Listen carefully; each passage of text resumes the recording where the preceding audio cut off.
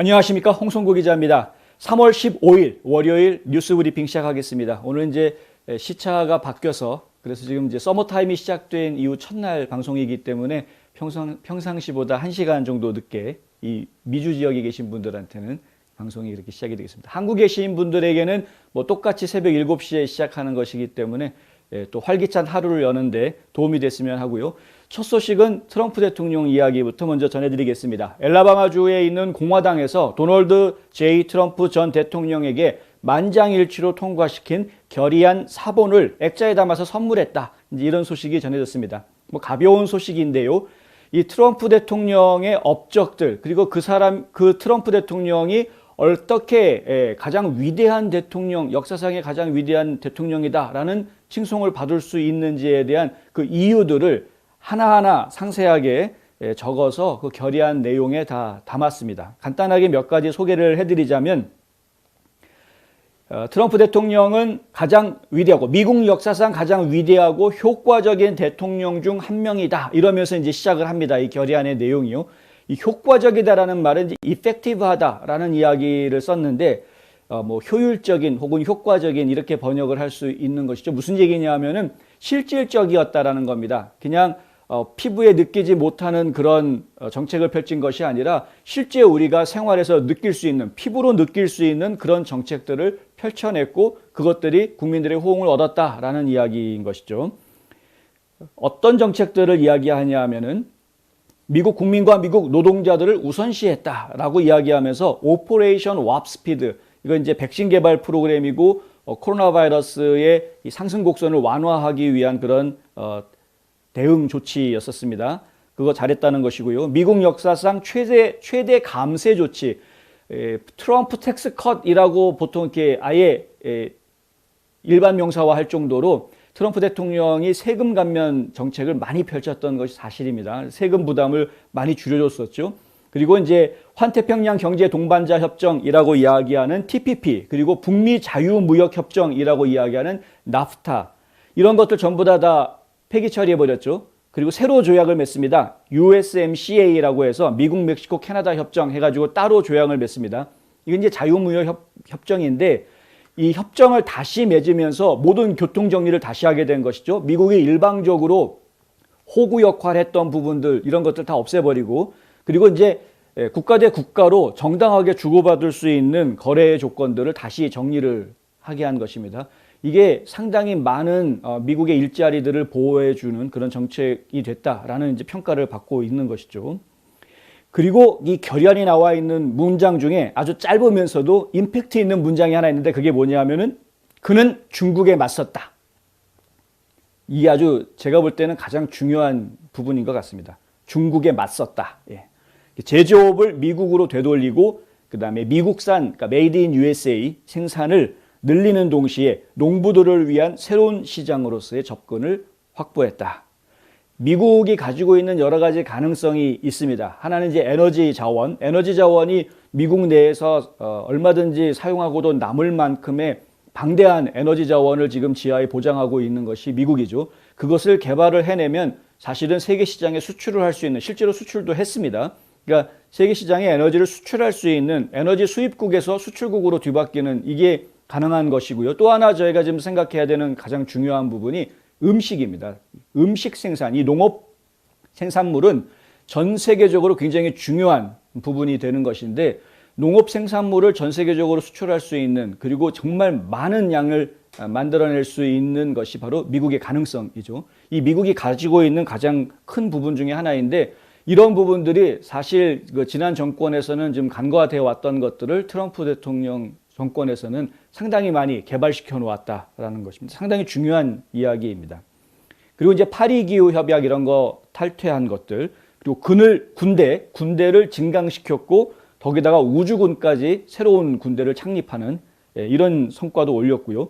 연방법관들 220명 교체했고, 그리고 대법관도 3명이나 새로 추가해서 임명하는 이런 일들을 이제 해냈다. 이런 것들이 중요한 이유는 뭐냐면 법원에서 이런 보수주의적인 그런 가치를 이 법조 개들이 지켜나갈 수 있는 힘들을 심어 놓았다라는 겁니다. 결국 재판관들을 어느 쪽에 보수 성향의 재판관들을 많이 임명해 놓음으로 인해서 전국 어디에서든 어떤 재판이 벌어지던 간에 법원이 보수주의적인 그런 기준에서 판단할 수 있도록 도움을 주었다라는 것이죠. 이것 또한 트럼프 대통령이 아주 잘 해낸 그런 성과 중에 하나다라고 이야기할 수 있는 것입니다. 그리고 또 이란 핵 협상 탈퇴하고 예루살렘에 미국 대사관을 설치하는 등 국제적으로 힘과 리더십 동시에 보여주었다. 국제적으로 힘을 보여주는 방법은 트럼프 대통령만큼 잘하는 인물이 저도 없다고 생각합니다. 전쟁을 일으키지 않았죠. 전쟁을 일으키지 않으면서도 가장 위험하다라고 생각되는 주요 인사들은 제거했습니다. 그리고 그 나라에 협상을 한답시고 그 나라에다 갖다 막 퍼주는 이런 말도 안 되는 퍼주기 협상 안 했죠. 다 없애버렸고 오히려 정확하게 문제다, 못하게 해야 된다라고 하면 확실하게 제재를 하는 제재 조치를 발동을 했습니다. 이 제재 조치들을 발동한 것들을 보면 이전에 어떤 정부들도 상상도 못했던 제재 조치들을 막 발동을 합니다. 아예 돈줄을 다 묶어버리죠. 너희 돈 쓸 수 없어. 그러니까 이런 것들을 보면은 정말 미국이 가지고 있는 힘을 제대로 보여주었다. 그리고 정말 제대로 된 리더십을 보여주었다라는 것이 뭐냐면 이제 중동의 평화를 가져오게 하는 그런 정책에 있어서만큼은 많은 사람들이 팔레스타인 문제에만 매달려 가지고 진땀을 빼고 있었는데 사실 팔레스타인 문제는 이스라엘 입장에서 볼 때는 일종의 아킬레스건이 될 수도 있는 부분이기 때문에 그 문제를 해결하는 건 쉬운 일이 아니었던 겁니다. 실질적으로는 아랍 국가들과 그 외부에 있는 아랍 국가들과 이스라엘이 과연 평화 공존할 수 있느냐는 부분이 사실 더 큰 것이었는데 트럼프 정부가 유일하게 그것을 해냈죠. 아브라함 어코드라는 이 협약을 만들어낸 것은 진짜 이거야말로 노벨 평화상을 받아 마땅한 그런 업적이라고 이야기할 수 있는 그런 부분입니다. 그러니까 이렇게 훌륭한 업적들이 많음에도 불구하고 이런 것들을 전부 다 뒤집으려고 하는 것이 현재 바이든 행정부에서 하고 있는 일이라. 그래서 저희가 좀 더 관심 가지고 지켜봐야 하는 부분입니다. 어떤 것들을 뒤집어서 문제가 일어나는지에 대해서 저희가 좀 관심을 가지고 지켜봐야 하는 것이죠. 일단 이 결의안은 공화당에서 만든 결의안입니다. 그러니까 뭐 의회에서 투표를 하거나 뭐 이런 식으로 결정된 것은 아니기는 합니다. 당연히 공화당의 가치가 담겨져 있는 결의안이기 때문에 뭐 어찌 보면은 뭐 그들만의 생각을 담은 그런 결의안이다라고 폄하될 수도 있겠습니다만은 하지만 엘라바마주에서는 이런 결의안을 만들고 그 밑에다가 각 카우니의 대표들, 그러니까 의장들이죠. 각 카우니 공화당 의장들이 다 서명을 해서 전체가 다 서명해서 그것을 이제 액자에 담아가지고 선물을 했고요. 선물을 하면서 이런 이야기를 했습니다. 이것이 이해가 되어서 다른 주에서도 이렇게 해주기를 바란다. 이건 알라바마주 공화당에서 나온 이야기입니다. 페리 후퍼 주니어라는 알라바마 공화당 집행위원이 한 이야기인데요. 다른 주에서도 좀 따라해 줬으면 좋겠다라고 이야기를 했습니다. 뭐 저도 뭐 칭찬을 할 거는 칭찬을 해야죠. 그리고 워낙에 지금 잘해 놓은 것을 가지고 못했다라고 평가하는 그런 잘못된 보도들이 또 나오고 있기 때문에 이런 부분들에 대해서는 분명하게 칭찬해 줄 건 칭찬해 주고 그리고 지금 마가 우리가 흔히 이야기하는 미국을 더 위대하게 만들자라는 이 마가라든가 아메리카 퍼스트 이런 가치에 대해서 공화당이 계속 지켜나가겠다라는 그 입지 그다음에 이 기치 이런 것들을 잃지 않고 계속해서 끌고 나가려면 뭐 이런 움직임도 상당히 큰 도움이 되지 않을까라는 생각을 해봅니다. 오늘 전해드려야 되는 가장 중요한 뉴스 중에 하나인데 바로 바티칸 소식입니다.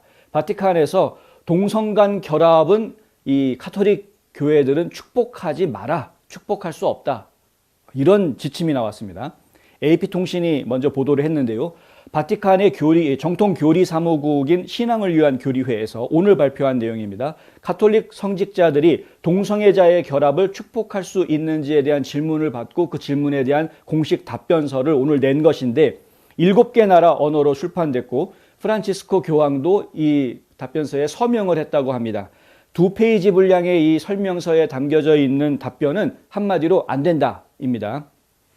이번 결정은 동성애자들에 대한 교회의 환영과 축복이 유지된다는 점 그리고 하지만은 그들의 결합이 결혼과 혼동될 수 있다라는 부분 이런 것들을 좀 구분해야 되겠다라는 것이죠. 무슨 얘기냐면 동성애자들에 대해서 교회가 그들을 환영하고 그들을 개인적으로 축복해 주는 것은 얼마든지 계속할 수 있다라는 것입니다. 하지만 동성애자들의 결합이라는 부분은 얘기가 다르다. 예. 왜냐하면 결혼이라는 것은 분명히 성경에서 이야기하고 있는 남자와 여자의 결합이 결혼이기 때문에, 왜 그러냐 하면 그것은 생육하고 번성하기 위한 목적이 있었기 때문에 그렇습니다. 번성이라는 게 뭡니까? 생육이라는 게 뭡니까? 결국은 창조적인 것, 창조적인 새로운 삶을 창조해내기 위한 하나님의 계획이었다라는 것이죠. 이것을 이제 하나님의 사랑의 계획, 하나님의 은혜의 사랑의 계획, 뭐 이렇게 이야기할 수 있는 것인데, 그 계획의 일부로서 결혼이라는 것이 신성시 되어지고 있는 것인데, 그런데 이 동성 간의 결혼이라는 것은 그렇지 않다라는 것입니다. 이건 하나님의 계획에 있었던 것이 아니다. 그렇기 때문에 축복할 수 없다. 좀 더 한 발 더 나아가서 어떻게 평가를 하냐 하면, 하나님은 죄악을 축복하지도 않거니와 더더군다나 축복할 수도 없다. 다만 죄가 많은 사람에게 복을 주어서 그 사람이 하나님의 사랑의 계획의 일부임을 인식하고 그런 인식에 의해서 자신을 변화시킬 수 있도록 허락하신다. 이것은 되지만, 하지만 죄악 자체를 축복할 수는 없다라는 것이죠. 다시 한번 말씀을 드리자면, 하나님의 계획이, 하나님의 은혜의 계획이라는 것은 죄를 지은 사람들에게 은혜를 내려주고 복을 내려주어서 그 사람들이 하나님으로부터 받은 복과 은혜를 느끼고 깨닫는 순간 죄로부터 멀어져서 하나님과 가까워지는, 이것이 하나님의 은혜의 계획이라는 것입니다. 그것은 죄 자체를 축복해 주는 것이 아니라 죄로부터 떠나게 하기 위한, 인간이 떠나게 하기 위한 축복인 것이죠. 그러니까 남자와 여자가 결합해서 결혼이라는 것을 하고, 그리고 그것을 통해서 또 생육과 번성이라는 하나님의 계획을 실천해 나가는 것은, 이것은 하나님의 축복을 통해서 하나님의 은혜를 인간들이 깨닫는 하나의 과정으로 이해가 될 수 있다라는 겁니다. 그런데 이 동성애하는 사람, 동성애자들 간의 결합이라는 부분은 그렇게 이해하기가 어렵다. 그것은 생육과 번성도 있지 않거니와 죄악이기 때문에 그 죄라는 것을 하나님이 축복해 줄 수는 없는 문제이다. 축복을 받는다라는 것은 그 죄로부터 떠나는 것이 축복을 받는 사람이 해야 될 일인 것이죠.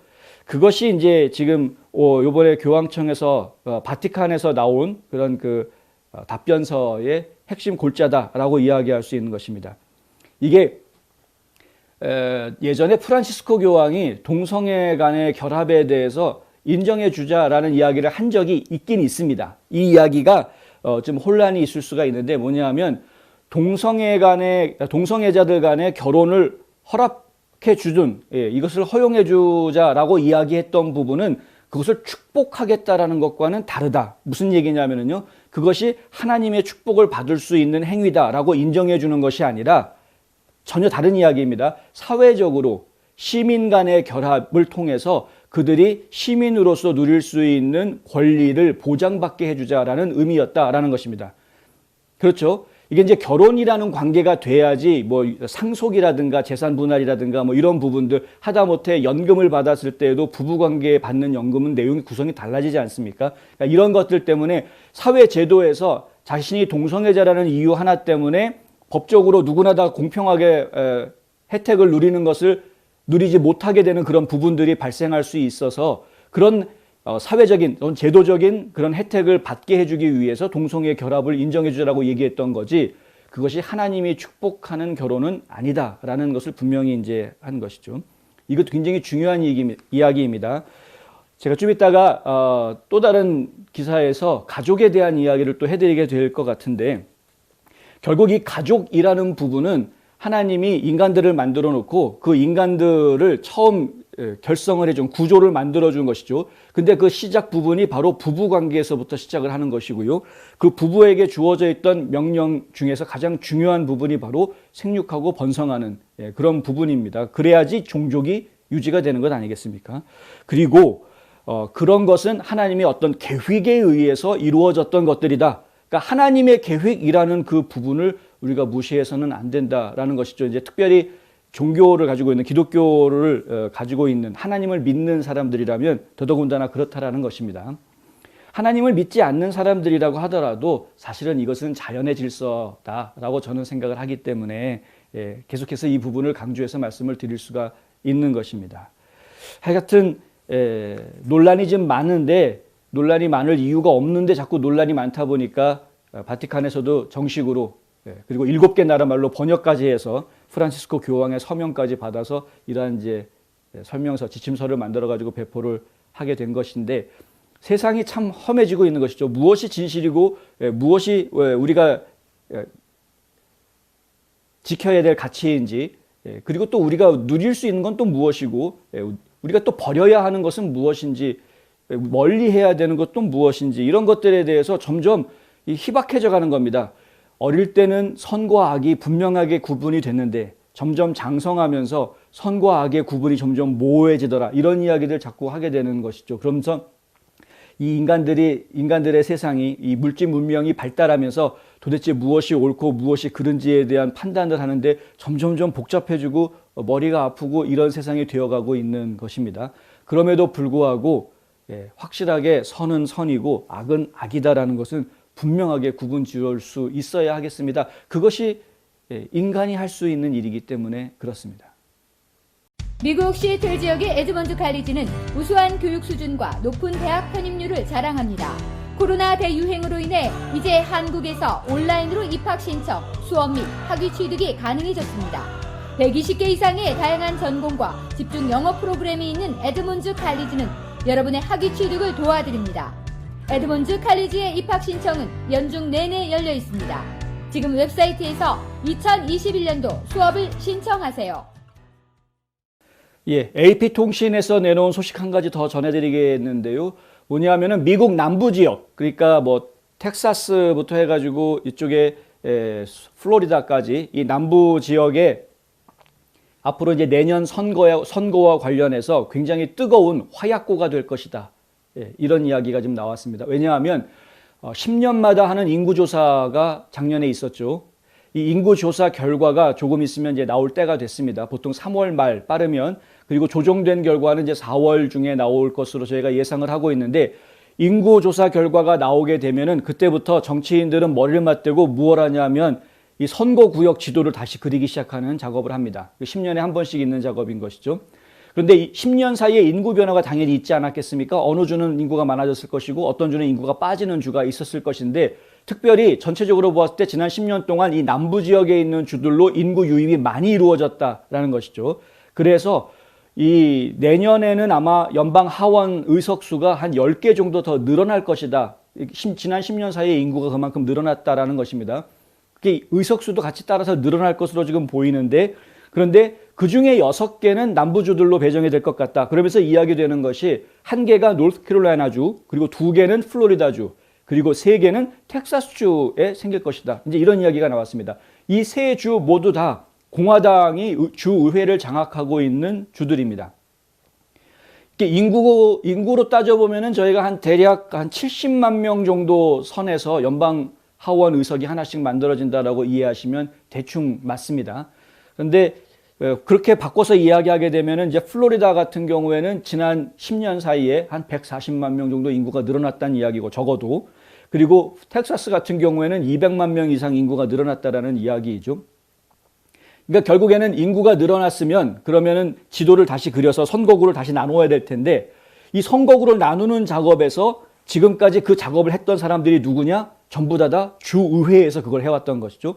왜냐하면 그 주에서 선거를 치르는 것이니까. 그리고 선거에 관련되어 있는 전권을 가지고 있는 것이 원래가 입법부입니다. 입법부가 선거에 대한 룰을 정하는 곳이고요. 그 정해진 룰에 의해서 선거를 집행하는 것은 이제 행정부가 집행을 하게 되는 것이죠. 그러니까 주 입법부가 어느 당이 장악을 하고 있느냐에 따라서 이 선거구를 지도를 그리는 그림이 어느 당에게 유리한 그림이 나오느냐, 이런 것들이 달라지게 되는 것입니다. 그런데 이번에 이제 10년 만에 의석수가 늘어나게 되는 주들은 당연히 그 늘어나는 새로 생기는 의석이 자기네들 당에 차지할 수 있게끔 그렇게 지도가 만들어져야 되지 않겠습니까? 굉장히 이제 머리 아픈 작업들이 진행이 되겠죠. 그것 때문에 굉장히 큰 싸움이 벌어질 수도 있다. 여기에 이제 연방정부가 어떻게 개입을 할 것이냐 하는 부분도 한 가지 변수이고, 왜냐하면은 원래는 그렇게 해서는 안 되는 일이지만은 참 공교롭게도 HR1 법안도 그렇고 어떻게 해서든 지금 연방 정부나 연방 의회가 각 주 정부나 주 의회가 고유 권한으로 가지고 있는 이 선거에다가 자꾸 개입해서 이래라 저래라 감나라 콩나라 지금 간섭을 하려고 하는 그런 상황이 있다 보니 이 선거구 획정을 하는 문제도 그렇게 단순하게 넉넉히 연방 정부에서 보고 있지 않을 것 같다라는 이제 그런 우려들이 지금 나오고 있는 것입니다. 그렇게 지금 어떻게 이 일들이 진행이 될지는 뭐 당장 하루아침에 결정되는 것은 아니니까 이 일이 진행될 때마다 저희가 관련된 소식들을 계속 전해드리려고 합니다. 왜냐하면 그만큼 중요한 작업이 중요한 일이 되기 때문에 그런 것이죠. 현재로서 저희가 봐서는 218석을 넘어가면 연방 하원에서는 그러면은 이제 다수당이 되는 것인데 공화당이 지금 213석을 가지고 있단 말입니다. 그래서 5석만 더 얻으면 된다 이렇게 얘기를 하고 있는데 실질적으로는 이 내년 선거할 때에는 전국적으로 10개 정도의 연방하원 의석이 더 늘어나게 될 것이다. 결국은 218석이 아니라 223석을 넘겨야 다수당이 되는 이런 상황이 될 수 있다는 것입니다. 다시 바꿔서 이야기하면은요. 공화당이 5석만 더 얻는다고 되는 게 아니라 한 10석은 더 얻어야 되는 것 아니냐. 이제 이런 이야기가 나올 수도 있는 것인데 꼭 그렇지는 않고요. 이제 그렇게 이야기하면 이제 잘못 설명하는 것이고 어느 쪽에선가 늘어나는 것들이 있으면 또 어느 지역에서는 또 줄어드는 지역도 있기 때문에 이걸 지금 이야기하기가 상당히 지금 어려운 그런 상황이긴 합니다. 어쨌든 이제 인구조사 결과가 발표가 나온 것을 저희가 확인을 그래야 좀 더 구체적으로 들어갈 수 있는 부분이기는 한데 이렇게 정확하게 결정이 돼 있는 상황이 아님에도 불구하고 벌써부터 지금 민주당하고 공화당 간에는 머리싸움들이 막 벌어지고 있다. 이런 이야기입니다. 가장 중요하게 이야기되고 있는 주 중에 하나가 조지아주입니다. 조지아주 같은 경우에는 지금 의석수가 어쩌면 늘어날지도 모른다라고 이야기가 되고 있음에도 불구하고 아직까지 확실하게 늘어날 것이다라는 이야기는 또 없는 지금 묘한 주인데 여기 지금 루시 맥베스라는 연방 하원 의원이 있고요. 그 다음에 캐롤린 모도라는 연방 하원이 있습니다. 둘 다 이번에 새로 연방 하원이 됐는데 둘 다 민주당이 된 케이스입니다. 그러니까 이 자리들을 공화당이 어떻게 가져올 것인지에 대해서 지금 머리를 쓰고 있는 중이죠. 왜냐하면 지금 10년 만에 기회가 온 거 아닙니까? 조지아주는 공화당 의원들이 주 하원을 장악하고 있는 주기 때문에 결국은 이 선거구 지도를 공화당 의원들이 주도해서 이거를 그리게 될 것이니까 결국에는 이 두 사람 요번 선거, 작년 선거에서 민주당 하원 의원이 된 이 두 자리를 공화당이 어떻게 가져올 것인지 결정할 수 있게끔 지금 선거구를 만들려고 한다는 것이죠. 공화당원 사람들이 더 많이, 공화당 유권자들이 더 많이 살고 있는 지역과 민주당 유권자들이 많이 살고 있는 지역을 교묘하게 섞어서 어쩔 수 없이 포기할 수밖에 없는, 그러니까 민주당한테 어차피 줄 수밖에 없으면 아예 차라리 민주당 지지자들이 많은 데를 그냥 동네를 하나로 묶어버리고 그리고 공화당 지지하는 사람들을 적당히 쪼개가지고 민주당 지지자들이 조금씩 있는 지역들을 잠식해 들어가도록 지도를 만들면 그러면 공화당 의원들을 더 많이 선출할 수 있는 그런 결과를 얻어낼 수 있는 거기 때문에 그렇기 때문에 이게 아주 이제 머리싸움이 아주 크게 벌어지는 그런 일이 되는 것입니다. 이러한 작업들을 과거에 공화당 쪽에 사실 많이 하긴 했습니다. 그래서 민주당 쪽에서는 그것이 유권자들의 탄압이다. 유권자들의 목소리를 제대로 내지 못하게 하는 나쁜 정책이었다라고 이제 공격들을 많이 해왔던 것이 사실입니다. 심지어는 뭐 게리맨더링이라는 말까지 나왔는데 게리맨더링이라는 말은 뭐냐 하면은 이 지도를 그런 식으로 아까 제가 설명드린 식으로 그리다 보니까 선거구 모양이 좀 이상하게 되는 것이죠. 뭐 예를 들어서 귀넷 카운티면 카운티, 어디 도시면 도시 이런 식으로 딱 깔끔하게 선거구역이 만들어지면은 이해하기가 쉬운데 그게 아니고 이런 식으로 선거에서 이기기 위한 지역구를 만들다 보니까 모양이 무슨 토끼 모양이 나오기도 하고 용 모양이 나오기도 하고 뭐 희한한 모양들이 나오는 겁니다. 선거구가 이상한 모양들이 나오는 겁니다. 반다령으로 나오기도 하고 혹은 뱀처럼 길게 늘어지기도 하고 이제 이런 것들을 이제 게리맨더링이라고 합니다. 이기기 위해서 만든 선거 지도라는 이야기죠. 근데 그런 부분들에 대해서 지금 공화당이 사실 비평해서 자유롭지 못한데 요번에 이제 민주당이 가만 안 있겠다라는 거죠. 왜냐하면 민주당이 지금 힘이 생겼지 않았습니까? 연방의회에서 지금 힘이 생겨져 있고 대통령이 민주당 대통령이 있으니까 이거 가만두지 않겠다 하고 지금 어떻게 해서든 이걸 싸우려고 하는 그런 상황에 있는 것입니다. 공화당 쪽에서는 이걸 다 알고 있죠. 공화당 쪽에 있는 정책가들은 우리가 우리 맘대로 그린다고 그래가지고 민주당이 가만히 있냐 소송 걸 거고 당연히 소송 걸면은 이리저리 해가지고 또 연방 법원까지 올라갈 건데 당연히 연방 판사들은 민주당한테 유리한 쪽으로 판결을 해줄게 빤하니 우리 공화당에서 아무리 머리 써가지고 지도 만들어봐야 그거 받아들이지 않을 거다. 그러니까 그런 민주당에서 그런 쓸데없는 걱정할 필요 없다. 이런 식으로 또 이야기하고 있습니다. 어떤 쪽의 말대로 진행이 될지는 잘 모르겠습니다만은 하여간 그런 머리 싸움들이 벌어지고 있다는 것 정도는 아셔야 되는 것이고요. 그리고 정말 중요한 부분이 있는데 이러한 머리 싸움이 벌어지게 된 그 배경을 보면은 결국은 인구 증가의 그 배경이 있는 것입니다. 어떻게 했길래 지난 10년 동안 그 주에는 그렇게 인구가 늘어날 수 있었느냐 하는 부분들 저희가 생각 안 할 수가 없는 것이죠. 지금 아까 말씀드렸다시피 남부 지역에서 지금 연방 하원 의석수가 늘어날 것이다라고 예상되는 확실하게 늘어날 것이다라고 예상되는 세 곳주 노스캐롤라이나, 플로리다, 텍사스 전부 다 공화당 의원들이 주 의회를 장악하고 있는 주다 이렇게 말씀을 드리지 않았습니까? 무슨 얘기냐면 이 공화당이 장악하고 있는 주 의회에서 입법 활동을 계속해서 법들을 만들었고 정책들을 펼쳤을 텐데 그 펼쳐진 정책들을 보고 그것에 혹 끌려서 이주 오게 되는 것이죠. 마음에 들지 않는 정책들이 펼쳐지고 있는 지역에 굳이 애써서 이사갈 이유가 없지 않습니까? 예를 들어서 일론 머스크가 왜 캘리포니아에서 텍사스로 이사를 했는가? 뭐 그거 하나만 생각해 보면 금방 알 수 있는 것이죠. 그러니까 결국에는 그 인구 증가를 유도해낼 수 있었던 것은 공화당이 주도하고 있는 의회에서 세금을 감면해주는 이런 정책들을 펼쳤던 것 상당히 큰 부분이었다는 겁니다. 특히 재산세, 상속세, 증여세 이런 부분들이 민주당이 집권하고 있는 지역과 공화당이 집권하고 있는 지역에는 상당한 차이가 지금 벌어지고 있다. 결국에는 감세 혜택을 생각하는 많은 사람들이 이쪽으로 옮겨오게 되는 특히 이제 은퇴를 하신 분들 입장에서는 증여세, 상속세 이런 부분들 생각 안 할 수가 없죠. 그리고 재산세 문제도 상당히 민감할 수밖에 없습니다. 은퇴를 하게 되면 이제 추가적인 수입은 줄어들게 되고 그리고 이제 쓰는 비용들이 늘어나게 되니까 그런데 평생 동안 모아놨던 재산은 또 가지고 있는 상황이어서 이 재산세 부분 상당히 중요한 부분이 되는 것이죠. 그렇다 보니까 플로리다라든가 텍사스 그리고 조지아도 마찬가지인데요. 이런 세제 부분들이 잘 되어져 있다 보니까 인구 유입이 늘어나게 된 겁니다. 결국은 정책을 잘 펼쳤기 때문에 인구가 늘어나게 되는 것이죠. 투자 유치 이거 정말 공화당 주들이 정말 잘해온 내용들 중에 하나입니다. 그러니까 어떻게 해서든 일자리를 창출하게 되는 것이 아니겠습니까? 투자 유치의 부분에 있어서도 공화당 쪽에 유리할 수밖에 없었던 것이 뭐냐면 일할 권리를 인정해주는 주들이 됐기 때문에 그런 것이죠. Right to work. 그러니까 노조를 만들어가지고 노동자들이 자기 목소리를 노조에다가 다 맡겨놓는 이런 상황으로 가는 것이 아니라 이 노동자들이 회사 측과 직접 1대1로 협상하고 대화할 수 있는 권한을 인정해주는 주들이 이 공화당이 주도하고 있는 주들이 다 그렇다 보니까 결국에는 이렇게 노조의 힘보다는 사측이 좀 더 협상력을 가지고 움직일 수 있는 이런 사업 기반을 가지고 있는 주들의 당연히 기업들이 투자를 더 하는 것이죠. 그렇다 보니까 일자리가 더 늘어나게 되는 것이고 그렇다 보니까 당연히 인구가 늘어나는 이런 상황이 되는 것이었습니다. 그러니까 공화당 측에서 펼치고 있는 정책들이 더 좋은 정책들이다라는 것은 이런 것으로 증명이 될 수도 있는 그런 것입니다. 민주당 쪽에서는 좀 이제 다르게 접근을 합니다. 뭐냐 하면은 결국에는 기업들이 들어와 가지고 일자리를 늘렸을 때 그곳에 유입되는 인구들이 젊은 층이 많고 일자리를 보고 보통 삶의 터전을 바꿔서 일자리에 따라서 이주하는 그런 이주자들은 사실 젊은 층이 많을 수밖에 없죠.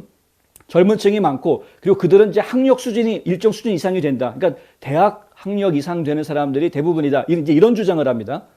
저는 사실 그 주장 들을 때마다 기분이 좀 나쁘긴 한데 왜냐하면은 마치 이 똑똑한 사람들은 민주당 쪽 좌파적인 성향을 가질 수 있는 것처럼 이야기하고 이 시골에서 농사 짓고 잘 모르는 무식하고 그런 사람들은 이 공화당을 지지하는 사람인 것처럼 이렇게 이상한 선입견을 만들어 놓는 이런 표현들은 저는 굉장히 잘못됐다라고 이야기를 하고 싶은데 하여튼 이런 식으로 표현을 좀 많이 합니다. 그러니까 고학력자이고 젊은 층이 이 새로운 인구 유입에 많은 층이 그렇다. 그러면 그 사람들은 대체로 공화당보다는 민주당을 지지하는 그런 성향이 강하다.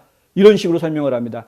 바꿔서 이야기하면 인구가 늘어났는데 그 늘어난 인구들은 결국은 민주당한테 유리한 인구들이 더 늘어난 것이다. 바꿔서 이야기하면 텍사스, 플로리다, 노스캐롤라이나 이런 곳들이 이제 민주당 바람이 불 수 있는 그런 좀 기본이 생겨져 있다.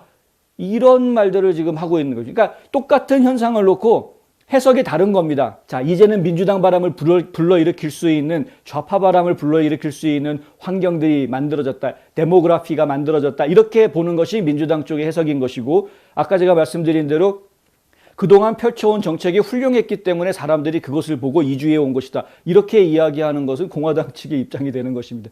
여러분들 생각은 어떠신지 모르겠습니다만은 제가 개인적으로 느낄 때에는 사실 공화당 정책들이 더 살기 좋은, 특히 정상적인 생각을 가지고 가족을 키워나가겠다라는 가부장적인 상황에서 봤을 때는 훨씬 더 생활하기 좋은 환경을 제공해 주는 것이 제가 볼 때는 맞습니다.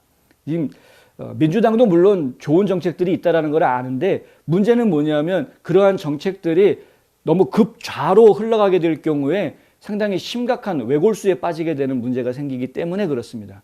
그러니까 이 중산층을 사실은 키워야 경제적으로 탄탄한 구조를 가지는 나라가 되는 것인데, 왜냐하면 중산층이야말로 세금을 제대로 내는 사람들 아닙니까? 생산력이 있는 사람들이고 세금을 내는 사람들이고, 그러니까 결국은 정부 차원에서도 정부가 잘 돌아갈 수 있는 힘을 얻을 수 있는 것이고, 그리고 국가가 제대로 틀을 잡고 빈곤의 문제 이런 것으로부터 벗어날 수 있는 가장 중요한 중산층을 늘리는 부분이 굉장히 중요한 부분인데, 민주당에서 지금 펼치고 있는 정책들을 이야기하면 부자들한테 뺏어가지고 가난한 사람들한테 주다 보면 이게 대체로 좀 이렇게 만들어지지 않겠느냐. 가난한 사람들 약간 끌어올리면서 이 사람들한테 동기부여를 할 수 있지 않겠느냐. 이 사람들을 중산층으로, 그러니까 빈곤층을 중산층으로 끌어올리는 것이 가능하지 않겠느냐라는 이야기를 하는 것입니다. 근데 지난번 방송에서도 말씀드렸지만 빈곤층을 중산층으로 끌어올리는 것은 절대 정책으로 될 문제가 사실은 아니다.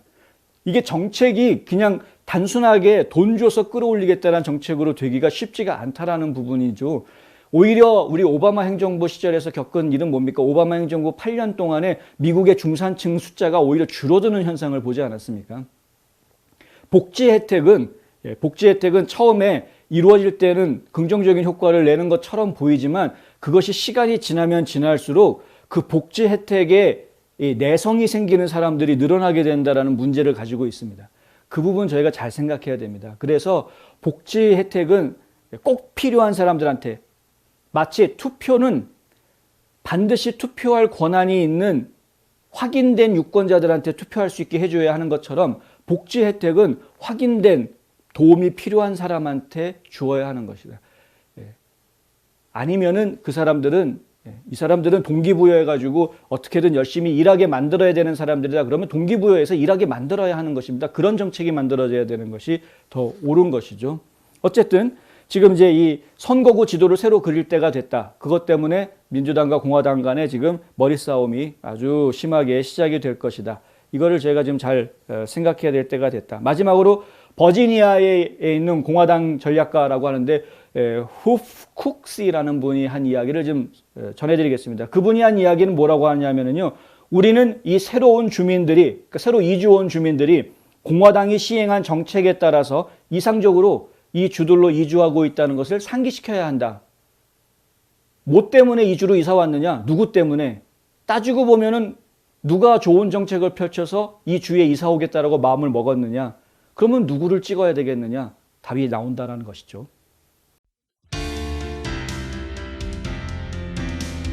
자동차를 사기 원하세요? 주택 구입의 꿈이 있으신가요? 미국에서 여러분의 크레딧 스코어는 무엇보다도 중요합니다. 여기 크레딧 리페어 보스에서 여러분의 크레딧 스코어를 교정해드립니다. 600점과 700점, 여러분의 미래가 바뀝니다. 지금 206-321-7404로 전화하셔서 크레딧 문제를 해결하세요. 예, 독일, 프랑스, 이탈리아 이 나라들이 오늘 지금 심각한 부작용을 보고하고 있는 아스트라제네카 이 코로나 백신을 접종하지 마라, 금지하는 그런 명령을 발표를 했습니다. 그런데 이 세 나라만 그런 것이 아니고 앞서서 이미 굉장히 많은 유럽의 나라들이 아스트라제네카 백신 접종하지 말라라고 중단 발표를 다 했습니다. 덴마크, 노르웨이, 그리고 또 아이슬란드, 불가리아, 아일랜드, 네덜란드. 아일랜드, 네덜란드는 어제 중단한다고 발표를 했고요. 스페인 같은 경우에도 지금 15일간 백신 사용을 일단 임시 중단한다라고 발표를 한 상태입니다. 그러니까 유럽에서 이렇게 큰 나라들, 유명한 나라들이 지금 전부 다 아스트라제네카 백신을 거부하고 있는 이런 상황인데, 지금 미국에서는 4월 달에, 그러니까 다음 달이죠. 4월 달에 아스트라제네카에 대한 검토를 시작한다고 합니다. 아마 FDA에서 승인을 내줄 가능성이 상당히 있어 보이는데, 왜냐하면 지금 뭐 항체가 만들어질 수 있는 성공률이 81% 정도라고 이야기가 되고 있죠. 그렇다 보니까 이거 지금 미국에서도 승인을 내줄 것 같은데, 지금 유럽에서 이렇게 각국에서 사용을 중단해라라고 명령이 나오고 있는 것을 예사롭게 생각해서는 안 될 것 같습니다. 저희가 한번 지켜봐야 될 것 같습니다. 물론 유럽에 있는 나라들이 전부 다 이걸 반대하고 있는 것은 아니다. 영국은 뭐 아스트라제네카 회사가 있는 나라니까 아무 문제 없다라고 발표하고 지금 계속 쓰고 있는 그런 상황이고요. 폴란드 같은 경우에는 아무리 그게 위험하고 뭐 부작용이 있다고는 하지만은 그럼에도 불구하고 아스트라제네카를 사용했을 때, 백신을 보급을 했을 때 얻는 혜택이 더 크기 때문에 계속해서 백신 접종을 하겠다. 백신 접종해라 라고 이제 이야기하고 있는 이런 상황입니다. 유럽의학청에서도 마찬가지로, 그러니까 유럽연합의 의학청에서도 마찬가지로 같은 의견을 내고 있습니다. 그러니까 아스트라제네카 백신이 예방 혜택에 있어서 그 부작용으로 인해서 생기는 그 위험보다 그 얻는 혜택이 더 크기 때문에 계속해서 사용할 것을 지금 권장하고 있는 이런 상황이라고 합니다. 이런 거 보면 참 미국이 대단하죠. 미국에서는 3가지 백신 종류가 나와 있는데 미국 백신도 물론 부작용 보고가 있기는 합니다만은 이 아스트라제네카처럼 이렇게 부작용이 많이 나오지는 않고 있는 그런 상황이기는 합니다. 그리고 사실 미국에서 지금 보고되고 있는 부작용들에 대해서는 조사 결과가 아직 안 나오고 있어서 실제로 백신 때문에 사망했다라고 확정할 수 있는 사람들은 아직은 없는 상태인 것이고요. 점점 더 백신 보급이 더 커지고 있는 상황인데, 전에도 말씀드렸지만 기본적으로는 이 백신은 맞으셔라 라는 것이 이제 저희 기본적인 입장입니다. 그런데 건강 상태가 좀 마음에 불안이 있으신 분들, 건강 상태가 썩 좋지는 않다, 체력이 좀 약하다, 이런 분들 계시면은 반드시 주치의하고 상의를 좀 하셔라 라는 것이 저희의 조언입니다. 그렇게 하셔야 합니다. 안 그렇고 그냥 본인 스스로 판단을 내리게 되면 본인 스스로 그 판단에 대한 책임을 지셔야 한다는 것 생각하셔야 되고요. 그리고 이제 옐런 재무장관이 어제 방송에 나와서 한 이야기가 있는데, 이 이야기 꼭 저희가 좀 전해드려야 될 것 같습니다. 제닛 옐런 이 재무장관, 연방 재무장관이 인플레이션이 있을 것이긴 하지만 그렇게 오래 가지는 않을 거다, 이렇게 얘기를 했습니다. 인플레이션이 있기는 있을 거다, 인정을 하는 것이죠. 1조 9천억 달러라는 돈을 지금 시중에 푸는데 인플레이션이 안 생길 수가 없습니다. 당연히 시중에 도는 돈이 많아지게 되면은 물가가 올라갈 수밖에 없는 것이죠. 그런데 재무장관도 그 인정을 한다. 그러나 이것이 오래 가지 않을 것이다. 뭘 믿고 오래 가지 않는다라고 얘기를 하나, 저희는 항상 그것이 궁금한데, 어제 장관이 ABC 방송에 출연해서 한 이야기가 뭐냐면요, 정책 수립은 위험을 파악하고 해결하는 것이며 우리가 직면한 가장 큰 위험은 장기간의 실업에 의해 상처받은 노동력이다, 이렇게 이야기합니다. 무슨 얘기냐면 지금 인플레이션이 문제가 아니라 노동력, 이 상처받은 노동시장이 문제다. 지금 실업률이 엄청나게 높죠. 지금 실업수당을 받고 있는 분들 엄청나게 많지 않습니까? 그러니까 이것이 가장 큰 문제다는 겁니다. 그러니까 이 문제를 해소하는 것이 가장 지금 급선무고, 인플레이션 문제는 지금 뒷문제다, 이런 이야기나 마찬가지입니다. 그런데 이거 위험한 이야기죠. 정책을 펼치는 사람이 어느 한 가지에 너무 집중해서 다른 것들을 신경 쓰지 않다가는 반드시 실수한다. 실수할 수밖에 없지 않습니까? 지금 연방의회에서 국회의원들, 연방 하원 의원들, 연방 상원 의원들이 법안을 만들 때 항상 조심스럽게 하는 이야기들이 뭐냐면, 우리가 이렇게 했다가 이거 실수가 될까 봐 염려스럽다, 이런 말들 자주 나옵니다. 이런 이야기들 저희가 심심치 않게 들을 수 있습니다. 실수하면은 그 영향이 너무나 크기 때문에 그렇습니다. 실수를 바로잡는 데에 굉장히 많은 시간과 자원과 그 다음에 희생이 따르기 때문에 이 실수하지 않는 것이 최선인 것이죠.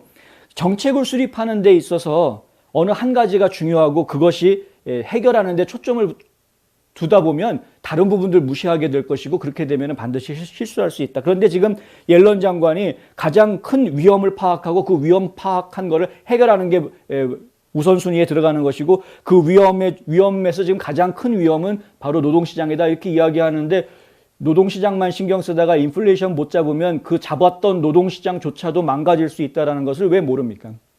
똑같은 1,000불의 월급을 받는다고 해도 인플레이션이 생기게 되면 상대적으로 돈의 가치가 떨어지게 돼서 그 버는 돈이 소용이 없는, 열심히 노동한 대가가 예전 같지 않은 이런 상황이 되는 것이죠. 그렇게 되면은 결국은 국민들한테 의욕을 상실하게 만드는 그런 부작용을 낳게 되는 것이고요.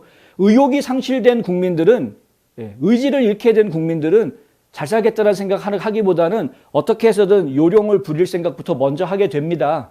그것을 아셔야 하는 것이죠. 정책하시는 분들이. 이건 부자인 사람들은 이미 넉넉하게 가지고 있는 분들은 가난한 사람들 마음을 이해를 못해서 이해 못하는지는 모르겠는데, 아무리 내가 노력을 해도 결국에는 노력한 이 티가 안 나는 성과밖에 거둘 수 없다라고 하면, 그러면 사람들의 기본적인 심리는 그럼 왜 내가 노력해야 돼? 라는 생각으로 갈 수밖에 없습니다. 왜 그걸 모르는지 모르겠습니다. 앨런 장관은 지난해 팬데믹이 급증하면서 물가가 하락했기 때문에, 크게 하락했답니다. 그것도 하락했기 때문에 경기가 회복됨에 따라서 물가가 다시 오르는 것은 예상이 되지만, 하지만 그것은 일시적인 가격 변동일 뿐이다. 이렇게 이야기를 했습니다. 그런데 팬데믹 급증하면서 가격이 떨어졌다. 물건값 떨어졌다. 이건 또 어디서 나온 얘기인지 저는 사실 이해가 잘 안 된다는 것이죠.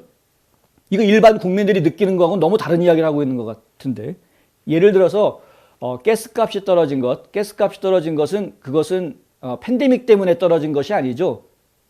그거는 트럼프 대통령이 일관되게 추진해온 에너지 개발 정책 덕분에 에너지 독립국을 선언을 하면서 워낙에 이 수요를, 공급을 수요가 못 따라가니까, 공급이 훨씬 더 많으니까, 그러니까 그냥 당연히 가스값이 떨어지게 됐던 그런 상황이었던 거지, 팬데믹 때문에 뭐 가격이, 가스값이 훅 떨어졌다라고 이야기하기는 좀 어려운 것이고, 사실 잘 생각해 보면은 오히려 음식값 같은 경우는 올랐습니다. 식자재비 다 올랐습니다. 건축자재비 다 올랐습니다.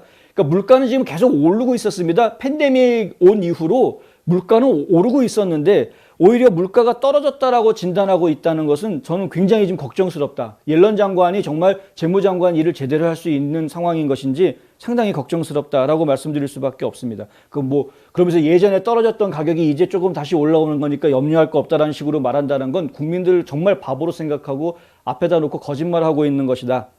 이렇게 하면 안 되죠, 장관이.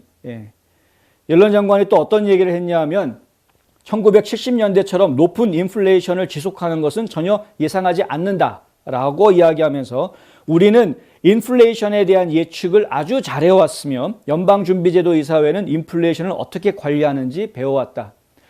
이 옐런 장관이 연방준비제도 이사회 의장을 했던 분이기 때문에 이제 본인이 그 의장을 했었으니까 이런 말을 하는 겁니다. 나는 인플레이션 제대로 통제할 줄 안다라는 이야기를 지금 하고 있는 것이죠.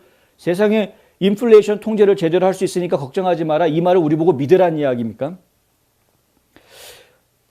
현실 파악을 제대로 하고 있지 못한 것인지, 아니면 도대체 억지를 그냥 부리는 건지 도대체가 알 수가 없는 거죠. 이 방송 인터뷰를 진행했던 ABC 방송의 조지 스테판플로스라는 분이 계속해서 다그쳐 물었습니다. 연방 부채 이거 계속 증가하고 있는데 이거 어떡할 거냐. 부채가 늘어난다는 것은 상당히 큰 문제가 아니냐 하는 것이죠.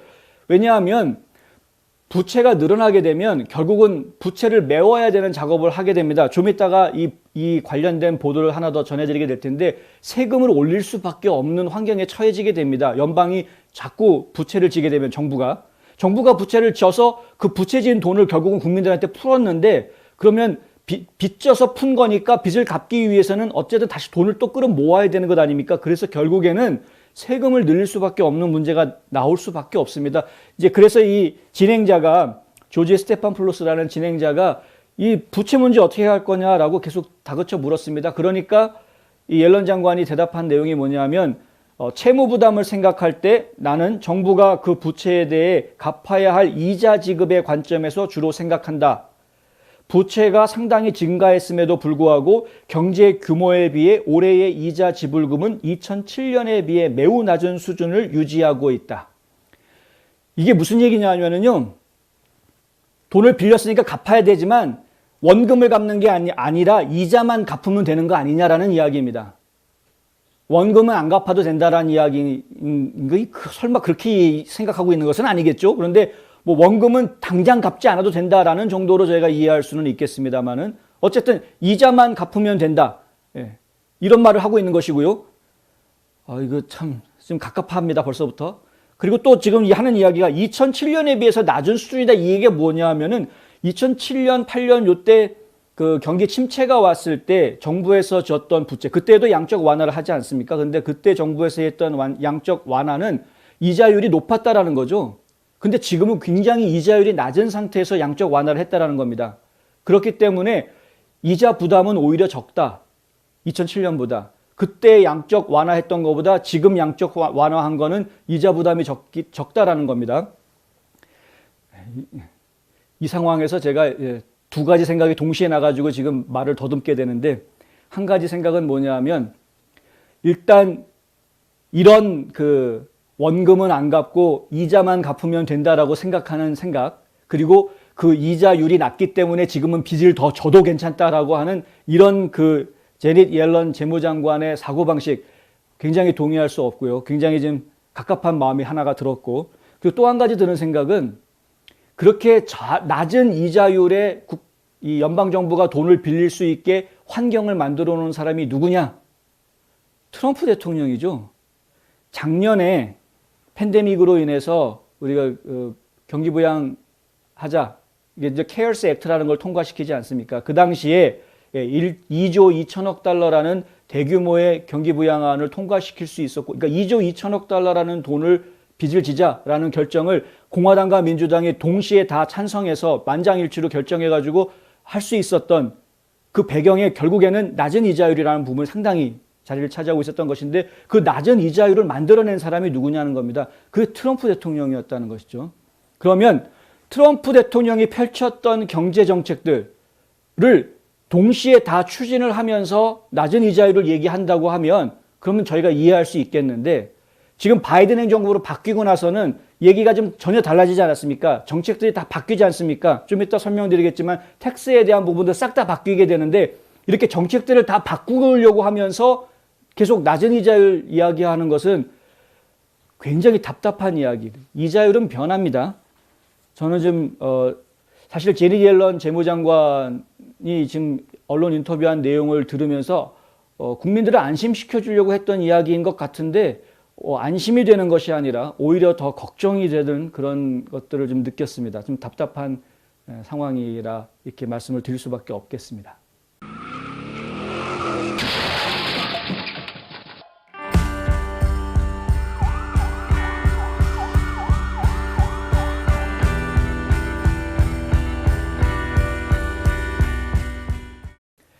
예, 척 슈머 연방 상원의 원내 총무를 지금 맡고 있는 척 슈머 의원이 어떤 얘기를 했냐 하면은, 공화당이 자꾸 민주당이 내세우고 있는 법안들 반대만 자꾸 계속해서 반대만 하면 그럼 필리버스터 없애겠다, 아니면 필리버스터 규정을 바꾸겠다, 이런 이야기를 합니다. 무슨 얘기냐 하면은 필리버스터 때문에 지금 민주당이 추진하고 있는 법안들을 통과시키지 못하는 것들이 상당히 지금 나오고 있는 그런 상황인 것이죠. 사실은 통과해서는 안 되는 법들이 많습니다. 악법들이 많은데 민주당에서는 어떻게 해서든 자기네 마음대로 그걸 통과시키려고 하다 보니까 자꾸 지금 장애물을 만나는 겁니다. 이 동료 의원들 아닙니까? 공화당이라는 건 물론 반대파지만 동료 의원들의 동의를 얻어낼 수 있을 만한, 동료 의원들을 설득시키지도 못할 그런 법안들을 왜 그렇게 강행해서 통과시키려고 하느냐 이거죠.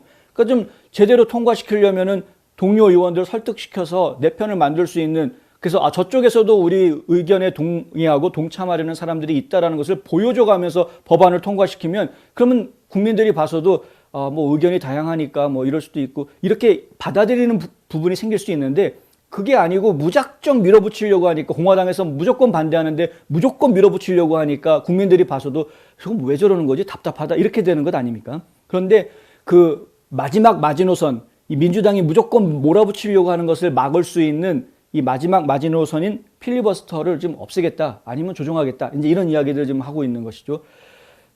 저희가 좀 긴장해서 보아야 될 그런 상황입니다. 하원 같은 경우에는 필리버스터라는 것이 없기 때문에 그냥 과반수만 통과가 되면 무조건 법안이 통과가 되고 있습니다. 지금 민주당이 과반수를 차지하고 있으니까 하원에서는 계속 일사천리로 지금 민주당 법안들을 통과시키고 있는 것이죠. 그런데 상원에 올라오면은 필리버스터를 피하려면 그러면 적어도 공화당 의원 중에서 10명을 포섭을 해야 되는 그런 상황입니다. 그래서 60표를 얻어야 그래야 법안을 통과시킬 수 있기 때문에 이 필리버스터라는 것이 굉장히 중요한 역할을 지금 하고 있는 상황입니다. 미치 매코넬 상원의원 같은 경우에는 진작에 이런 것을 이제 간파를 하고 소위원회, 상임위원회 위원장들 다 민주당에서 해도 좋다. 대신에 필리버스터는 건들지 말자. 이걸 주장을 해서 이제 필리버스터를 지금 살려놓았죠. 그런데 어찌됐든 간에 지금 이 필리버스터를 없애야 되겠다라고 민주당 지도부에서는 이야기를 하고 있지만 사실은 민주당 내부에서도 필리버스터는 이건 필요한 거다라고 또 동조하는 의원들도 있기는 있습니다. 조 만친 상원의원, 그 웨스트 버지니아주의 상원의원인데 이분 같은 경우도 그렇고 그 다음에 애리조나주에 있는 크리스틴 시네마라는 상원의원 같은 경우에도 오히려 필리버스터라는 거 필요한 것이다. 왜냐하면 단순 과반수로 결정하기에는 너무나 중요한 일들이 많다라는 겁니다. 이것은 단순 과반수로만 결정해서는 곤란한 일들이 많다. 의회에서 결정하는 법안들이라는 게 그런 것이죠, 사실은. 그래서 이것들을 이 소수층, 그러니까 소수당이 어떻게 해서든 본인들의 목소리를 낼 수 있게끔 안정장치가 계속해서 있어야 하는 것이 맞다라고 이야기하고 있는 것이고 이거 사실 민주주의적인 그런 발상입니다. 다만 이 조만친 의원 같은 경우는 어떤 이야기를 하냐 하면은 지금하고는 좀 다르게 이른바 터킹 필리버스터, 그래서 말하는 필리버스터로 좀 바꿨으면 좋겠다라는 이야기가 나오고는 있습니다. 무슨 얘기냐 하면은 지금 한국에서 필리버스터 하듯이 의원들이 나와가지고 계속 이야기를 하는 것이죠. 이야기를 하게 되면은 본인들이 가지고 있는 정책들을 제대로, 아이디어들을 좀 제대로 설명해 달라는 겁니다. 왜 그 법안에 반대하는지에 대한 것들을 제대로 좀 설명을 해달라. 조만친 의원이 요구하는 것은 이제 그런 것이죠. 하여튼 필리버스터가 없어지면 안 되는데 저희가 좀 계속 좀 지켜봐야 되겠습니다. 이게 정말 급진주의적인 사회주의 법안을 막을 수 있는 유일한 지금 방어선이 현재 이 필리버스터이기 때문에 이거 의원들이 지금 끝까지 지켜줘야 되겠다 하는 것이고요. 자, 세금 문제 좀 얘기 좀 해야 되겠습니다. 조 바이든 행정부에서 어떻게 해서든 지금 1조 9천억 달러 규모의 이 코로나 경기 구제안 통과를 시켰죠. 이제 시중에 돈을 풀기 시작을 합니다. 지난 주말부터 이미 은행에 돈을 보내기 시작했다 했는데 이게 지금 시중에 돈이 풀리게 되면은 아까 말씀드린 대로 다시 돈을 풀었기 때문에 그 돈을 다시 수거해 드려야 되는 방법을 지금 만들어야 됩니다. 결국에는 세금을 올릴 수밖에 없는 것이죠. 실제로 조 바이든 대통령이 이 후보 시절에 공약했던 내용들 보면은 그런 세금을 어떻게 올릴 것인지에 대한 내용들이 사실 담겨져 있습니다. 저희 그 뉴스앤포스트에서 미주알 코주알이라는 프로그램을 통해서 이상혁 회계사와 함께 이 바이든 대통령이 당선이 됐을 경우에 어떤 세금 정책의 변화가 올 것인지를 미리 예측하는 그런 방송을 내보내드린 적이 있는데요. 그 방송을 보시면은 바이든 당시 후보의 그 세금 정책 계획 같은 것들을 자세히 좀 들어보실 수 있습니다. 몇 가지 좀 중요한 부분들을 정리를 해드리자면은요. 일단은 연소득 40만 달러 이상인 사람들에 대해서는 소득세를 인상을 하겠다. 40만 불 이상이라는 규정을 새로 만든다는 이야기입니다. 그전에는 없었던 규정인데 이걸 새로 만들게 되면서 39%라는 아주 고소득 세율을 붙이게 됩니다. 거의 40% 가까이 되는 세율인데요. 이건 뭐 거의 유럽에 있는 사회주의 국가들에서나 볼 수 있는 굉장히 높은 세율인 것이고 그리고 이렇게 세금률을 높여놓으면은 세금 내고 나면은 본인이 가져가는 돈이 너무나 적어지게 되죠. 1,000달러 벌었는데 예를 들어서 40만 달러를 벌었다. 그러면 40% 세금을 먹이게 되면 어떻게 됩니까? 16. 예. 그럼 실제로 본인이 가져가는 돈은 한 24만 불 정도밖에 안 된다는 이야기가 되는 굉장히 많이 줄어들게 되는. 예. 일할 맛 나지 않겠죠? 근데 왜 40만 달러냐? 예. 따지고 봤더니 이 미국 대통령 월급이 40만 달러입니다. 그러니까 본인의 연봉 40만 달러를 기준으로 해가지고 대통령이 40만 달러 버니까 나보다 많이 버는 사람들은 고소득으로 간주하겠다. 참 답답하기 짝이 없는 아이디어들인데 그리고 또 한 가지 이제 법인세를 21%에서 28%로 7% 올린다. 이제 법인세도 이제 대폭 올리는 그런 상황이 되는데요.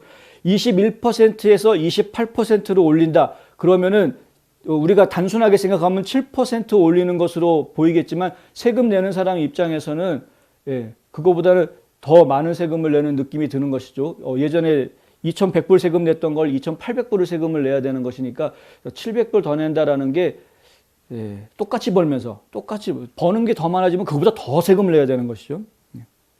그 다음에 100만 달러 이상 버는 사람들에 대해서는 양도소득세를 높이겠다. 이제 부자들한테는 대놓고 이제 과세하겠다라고 이야기하는 것인데요. 이거를 부자들이라고 저희가 이야기하기가 사실 쉽지가 않습니다. 그러니까 물론 100만 불 이상 가지고 있는 사람들은 부자죠. 그런데 돈이 아니라 땅을 가지고 있는 사람을 생각해 보시면 얘기가 좀 다릅니다.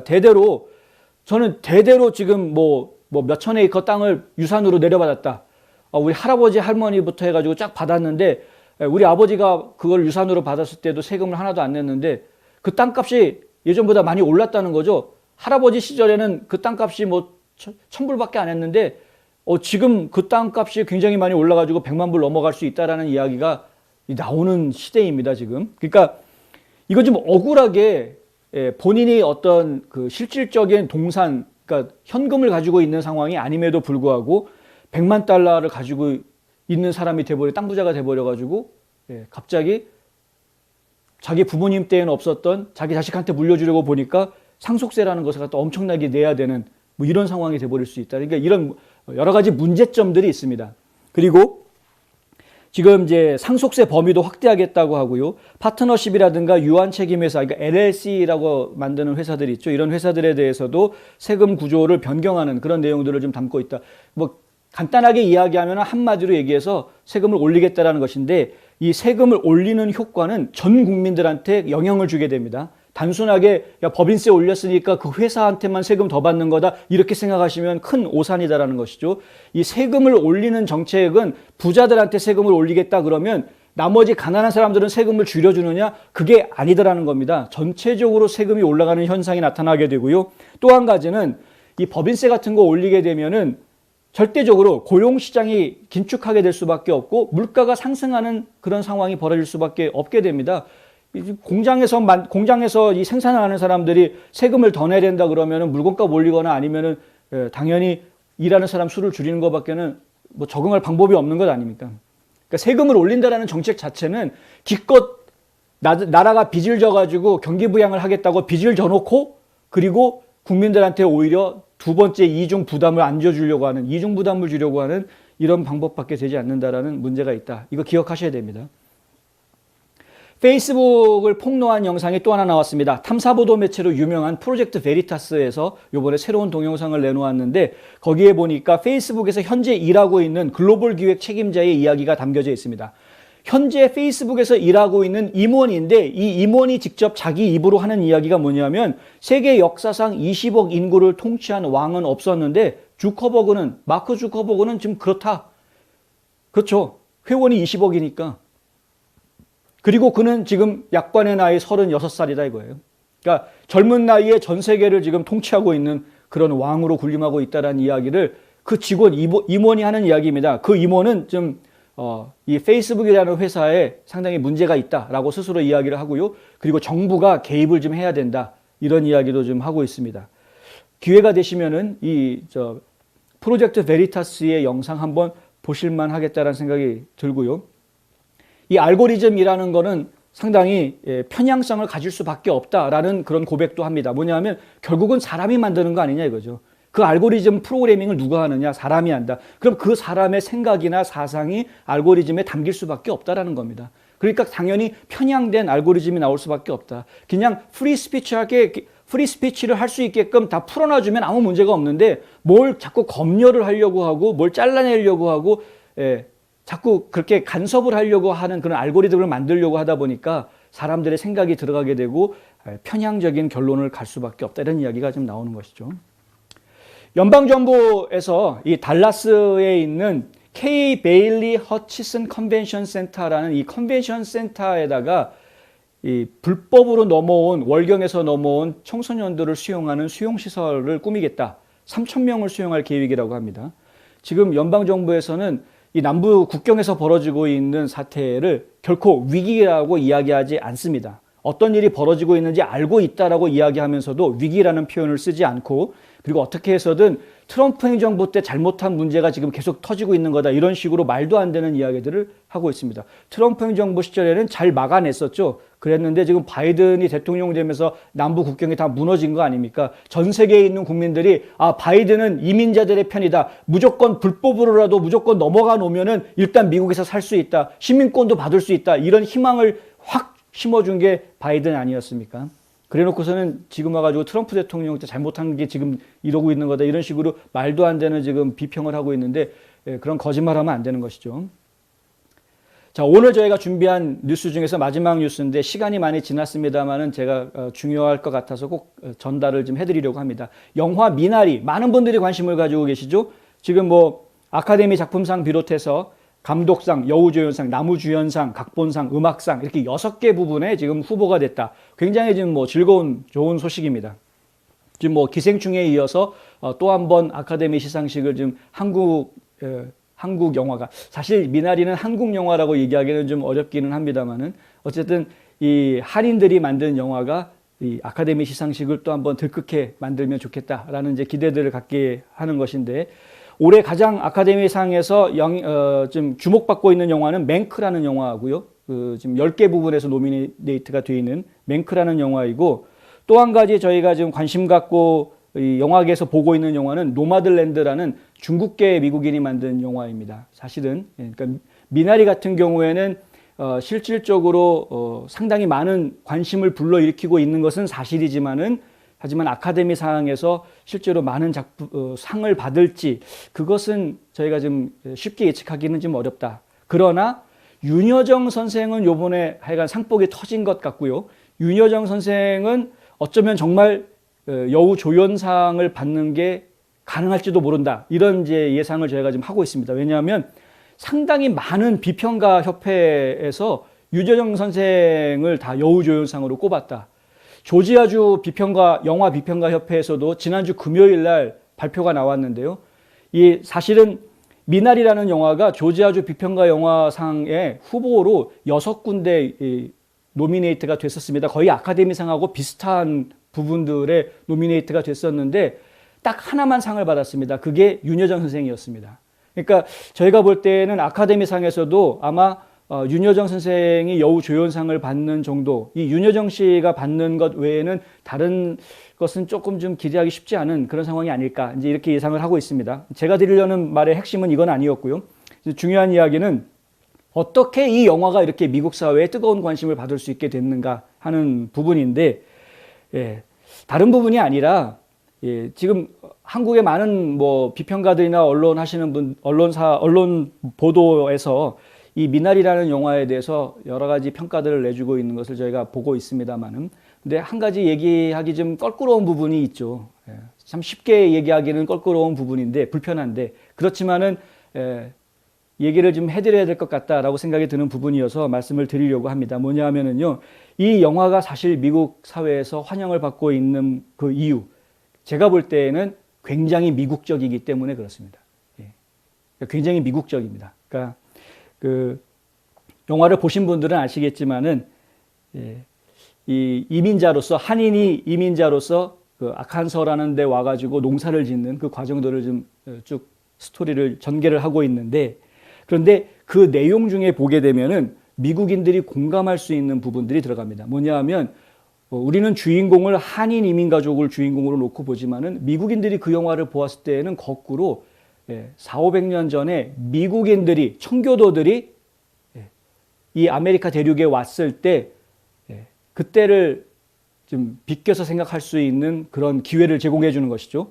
그 당시에 잘 생각해 보면은 청교도들이 결국에는 아메리칸 원주민들한테 도움을 많이 받았고, 그래서 결국 땡스기빙이라는 명절이 그렇게 해서 만들어지지 않습니까? 그러니까 결국에 원주민들한테 도움을 받으면서 정착할 수 있었던 그런 것들을 회상시켜 주는 것이죠. 미나리라는 영화가 한인 이민 가족이 미국인들이 살고 있는 마을에 와가지고 정착하는 과정 중에 미국인들의 도움을 받으면서 정착하는 모습들을 보여주기 때문에 그런 것입니다. 한국 사람들 똑똑해. 우리는 뭐든지 다 논리적으로 생각하고 판단할 수 있어 하고 우물을 팠는데 그 우물이 금방 말라붙죠. 그래서 결국은 계속해서 빚을 지게 만드는 그런 문제가 생기죠. 그래서 영화 마지막 부분에 가게 되면은 영화에 나오는 주인공이 그렇게 미신이라고 생각하고 하찮게 생각했던 이 직관 하는 사람이 나와가지고 나무까지 들고 가서 이렇게 우물을 찾는 것을 하는, 결국 한국식 방법이 통하지 않고 예전부터 이 땅에서 살고 있던 사람들이 쓰던 예전부터 써왔던 미국식 방법, 사실은 아메리칸 원주민들이 쓰던 방법이었습니다만은 그 미국식 방법이 통하더라. 그것을 깨닫는 과정, 이런 것들이 보여주었기 때문에, 그러니까 미국적인 모습을 보여주었기 때문에 결국 미국 사회에서 상당히 호응을 얻고 있는 것이 아닌가. 그런데 그 미국적인 모습 중에 어떤 것이 있었냐면은 바로 가족에 대한 모습이 있었다. 이 부분은 저희가 꼭 말씀을 드리고 싶었던 겁니다. 가족이라는 것이 무엇인가? 이 가족에 대한 생각은 무엇보다도 이 영화에서 저희 보여주는 메시지는 고통을 뛰어넘을 수 있는 것, 고통을 뛰어넘을 수 있는 말로 설명할 수 없는 힘, 그것을 가족으로 이야기하는 것이 아닌가. 근데 그것이야말로 진짜 미국적입니다. 미국이라는 나라를 놓고 이야기할 때는 인종도 다르고 생각도 다르고 심지어 말도 다르고 모든 것이 다 다른 사람들이 모여서 하나의 이 나라를 이루고 있는 것이죠. 그리고 이 하나의 나라를 하나의 가족이라고 이야기할 수 있는 것이 이 미국 사회이라는 것입니다. 그렇기 때문에 이 미국 사회가 전 세계의 전쟁들을 제패할 수 있었던 것이었고요. 그런데 그런 그 고통들, 이 고통들을 뛰어넘을 수 있게 해주는 힘, 거기에는 바로 가족이라는 단위가 있었다. 근데 이 가족이라는 구성 단위는 참 묘한 것이, 그래서 이제 이 윤여정 씨의 연기력이 굉장히 참 돋보였던 이유이기도 한데, 그 가족에서는 쓸모없는 사람인 것처럼 보였고 오히려 그 가족들한테 해를 끼치는 사람으로 보였던 그 할머니가 또 어떻게 보면은 그 가족들이 새로운 힘을 얻을 수 있게 해주는 미나리밭을 일군 인물이 됐다라는 그러한 아이러니, 이 가족 구성원들을 놓고 이야기했을 때 우리가 이 가족 구성원들을 버릴 수 없는, 그것은 단순하게 혈혈관계뿐만이 아니었겠죠. 그러니까 이 가족 구성원들이 불필요한 사람이라고 떼어내버리고 뭐 필요한 사람이니까 꺼내고, 그러니까 경제적인 논리에 의해서 가족이 만들어지는 것이 아니라 이 그냥 가족 구성원이라는 것은 정말 우리가 설명하기 힘든 알 수 없는 힘에 의해서 가족이라는 것이 만들어지게 되고, 이 가족이라는 것이 발휘하는 것은 결국 그 어떤 역경과 고통 속에서도 그것을 뚫고 일어나게 해주는 그런 고통과 좌절을 이겨내게 하는 그런 힘이더라. 이 메시지가 굉장히 미국적인 메시지이기 때문에, 그렇기 때문에 사실 미국 사회에서 상당히 인정을 받고 있는 것이다. 그래서 뭐 제가 괜히 시간을 끌어서 말씀을 드린 것 같긴 합니다만은 어쨌든 시간 되시면 한번 보시기 바라고요. 중요한 것은 뭐 그렇습니다. 가족이라는 건 그만큼 중요한 것입니다. 그런데 이 가족의 개념과 가족의 이 개체 단위를 해체하려고 하는 사람들이 있다. 그래서는 안 된다는 것이죠. 어떤 이유가 있다고 하더라도 이 가족이라는 단위를 해체하는 그러한 일은 절대 이 미국 사회에서는 용납되어서는 안 되겠다라는 것입니다. 그것이 우리가 자유민주주의를 지켜야 하는 또 하나의 이유이기도 한 것입니다. 오늘 제가 좀 쓸데없는 얘기를 많이 한 것 같아서 죄송합니다만, 하여튼 그만큼 가족이라는 것이 중요하다라는 말씀 다시 한번 드리고요. 홍성구의 뉴스 브리핑은 여기까지 하겠습니다. 저는 내일 또 다시 찾아뵙겠습니다. 시청해 주셔서 감사합니다.